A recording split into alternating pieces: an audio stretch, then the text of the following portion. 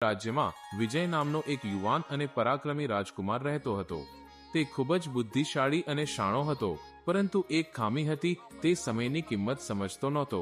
તે હંમેશા પોતાના કાર્યોને આવતીકાલ પર છોડી દેતો અને સમય બગાડવામાં જ મજા લેતો. તેના પિતા મહારાજ વિક્રમ આ વાતથી ચિંતિત રહેતા.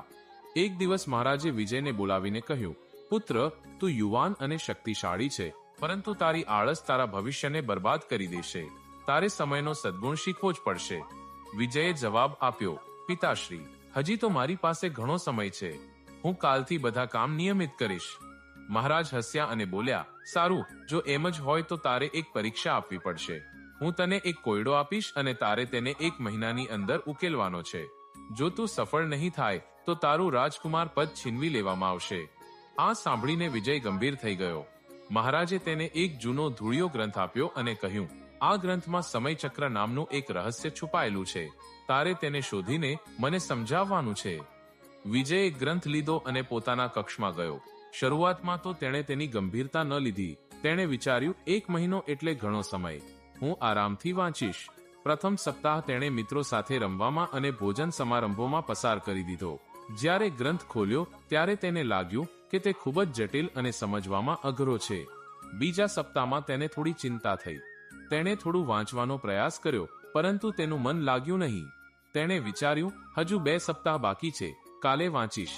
ત્રીજા સપ્તાહમાં તેની ચિંતા વધી. તેણે ગ્રંથનો અભ્યાસ શરૂ કર્યો, પરંતુ તેને લાગ્યું કે સમય ખૂબ જ ઝડપથી પસાર થઈ રહ્યો છે. તેને અફસોસ થયો કે તેણે પહેલા કેમ શરૂ ન કર્યું. તે આખી રાત જાગીને વાંચતો રહ્યો, પરંતુ તે ગ્રંથ ખૂબ જ ગહન હતો. છેલ્લા સપ્તાહમાં વિજય પાગલ જેવો થઈ ગયો. તેણે દિવસ રાત એક કરી દીધા. તેને સમજાયું કે તેણે કેટલો અમૂલ્ય સમય વેડફી નાખ્યો હતો. ગ્રંથમાં લખેલી એક લીટી તેને વારંવાર યાદ આવતી હતી, વીતી ગયેલો સમય ક્યારેય પાછો આવતો નથી. છેલ્લા દિવસે સૂર્યોદય થતા પહેલા વિજય મહારાજ સમક્ષ હાજર થયો. તેની આંખોમાં ઊંઘ હતી, પરંતુ તેના ચહેરા પર એક નવી સમજણનો પ્રકાશ હતો. તેણે મહારાજને કહ્યું, પિતાશ્રી, મેં સમયચક્રનું રહસ્ય શોધી લીધું છે. મહારાજે પૂછ્યું, તો શું છે તે રહસ્ય? વિજયે ઊંડો શ્વાસ લઈને કહ્યું, રહસ્ય એ છે કે સમય એ જ સૌથી મોટો ધન છે. દરેક ક્ષણ અમૂલ્ય છે. જે સમય આપણે ગુમાવીએ છીએ તે ક્યારેય પાછો મળતો નથી. મેં મારી આળસમાં ઘણો સમય ગુમાવ્યો અને હવે મને તેનો પસ્તાવો છે. સમયચક્ર એ જ શીખવે છે કે વર્તમાન સમયનો સદુપયોગ કરવો જોઈએ. ભૂતકાળને પકડી રાખવો નહીં અને ભવિષ્યની ચિંતામાં વર્તમાનને વેડફવો નહીં. જે કાર્ય આજે કરવાનું છે તે આજે જ કરવું જોઈએ. મહારાજ ખુશ થઈ ગયા. તેમણે વિજયને ગળે લગાવીને કહ્યું, શાબાશ પુત્ર, તું ખરેખર રાજકુમાર બનવાને લાયક છે. તે ફક્ત સમયચક્રનું રહસ્ય નથી સમજ્યું, પરંતુ જીવનનો સૌથી મોટો પાઠ પણ શીખી લીધો છે.